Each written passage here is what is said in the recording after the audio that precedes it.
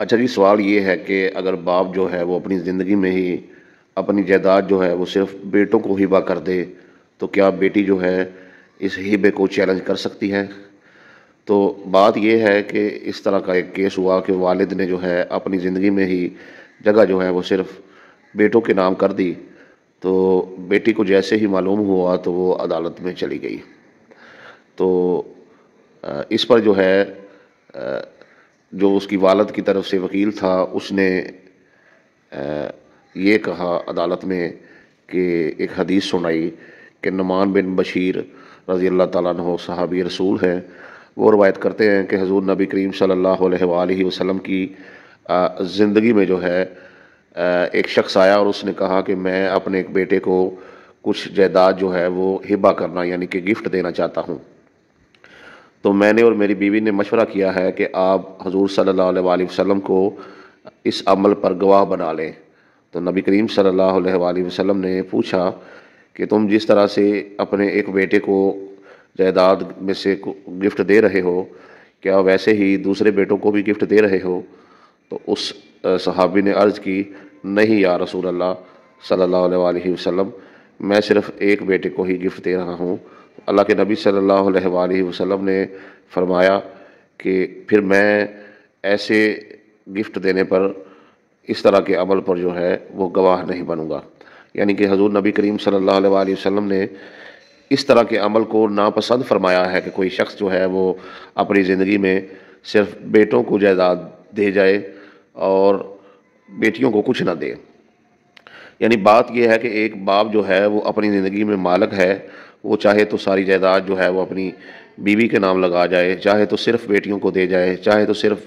بیٹوں کو دے جائے، چاہے تو سیل کر جائے، سارے اختیارات اس کے پاس موجود ہیں۔ لیکن یہ عمل جو ہے کہ صرف بیٹوں کو جائیداد دینا اور بیٹی کو جائیداد میں سے کچھ بھی نہ دینا، اس عمل کو آپ غیر اخلاقی تو کہہ سکتے ہیں لیکن غیر قانونی نہیں کہہ سکتے، چونکہ وہ بندہ جو مالک ہے اس کے پاس سارے اختیارات ہیں، اس کے اختیارات کو چھینا نہیں جا سکتا، وہ جو چاہے کر سکتا ہے۔ تو لہٰذا یہ ضرور کیا عدالت نے، یہ کہا کہ جب اس طرح کا ہبہ ہو رہا ہو جس میں والد جو ہے وہ صرف بیٹوں کے نام جائیداد لگا رہا ہے، تو متعلقہ سب رجسٹرار کو جو تحصیلدار ہے اسے چاہیے کہ اس کی بیٹیوں کو بھی کسی طریقے سے آگاہ کیا جائے کہ آپ کا والد جو ہے وہ یہ کام کرنے جا رہا ہے، تاکہ ان کے علم میں ہو کہ والد کی وفات کے بعد وہ بھی اس جائیداد میں سے حصہ دار تھی، لیکن والد جو ہے وہ اپنی زندگی میں ہی صرف اپنے بیٹوں کو جو ہے وہ جائیداد دینے جا رہا ہے۔ اسی طریقے سے جب کوئی والد اپنی زندگی میں اپنے کسی بیٹے کو جائیداد جو ہے وہ ہبہ کر دیتا ہے اور دوسرا بیٹی یا بیٹا جو ہے اس عمل کو عدالت میں چیلنج کر دیتے ہیں، عدالت میں اس ہبے کے خلاف جو ہے وہ چلے جاتے ہیں، تو عدالت جو ہے وہ سارے معاملات کو دیکھتی ہے۔ اگر تو اس شخص نے اپنی مرضی سے جو ہے کسی بیٹی کو یا بیٹے کو یا صرف بیٹوں کو جو ہے وہ جائیداد دی ہے، تو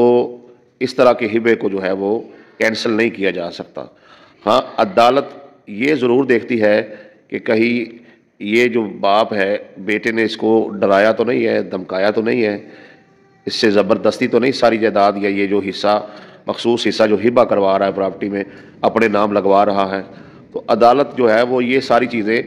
چیک تو کرتی ہے، لیکن جو اصل مالک ہے اس کو جگہ جو ہے وہ ہبہ کرنے سے نہیں روکتی ہے۔ لہٰذا اگر کوئی شخص اپنی زندگی میں جائیداد جو ہے وہ کسی مخصوص بیٹے کو یا بیٹی کو ہبہ کرتا ہے تو اسے روکا نہیں جا سکتا ہے۔ اور اس میں یہ بھی ہے کہ اگر کوئی بندہ جو ہے وہ اپنی زندگی میں بیان کرواتا ہے، ہبہ کرواتا ہے اپنے والد سے جگہ، اور پھر عدالت چلا جاتا ہے اور عدالت میں جا کر بھی اپنے حق میں بیان کروا لیتا ہے اور والد بیان دے دیتا ہے کہ یہ میں اپنی مرضی سے جو ہے اس بیٹے یا بیٹی کو یہ جگہ دے رہا ہوں، مجھ پر کسی قسم کا دباؤ نہیں ہے، تو اس طرح کا ہبہ جو ہے وہ مضبوط ہو جاتا ہے۔ اکثر جو ہبے ہیں وہ جو شخص جو والد ہے جو کسی ایک بیٹے کو یا بیٹی کو جائیداد دے گیا، کسی کو محروم کر گیا جائیداد سے، وہ اس شخص کی وفات کے بعد چیلنج ہوتے ہیں، اور وہ اسی بنیاد پر چیلنج ہوتے ہیں کہ ابو کی ایج زیادہ تھی، ابو کو ڈرایا دھمکایا گیا، ابو کو سمجھ نہیں تھی، ان چیزوں کے وہ بنیاد بنا کر جو ہے وہ کیس کیے جاتے ہیں، ورنہ اگر زندگی میں کیس کیا جائے تو زندگی میں جو کیس کیا جاتا ہے وہ بڑا کمزور ہے، وہ اس طرح ہربا جو ہے نہ ہی چیلنج ہوتا ہے اور نہ ہی کینسل ہوتا ہے۔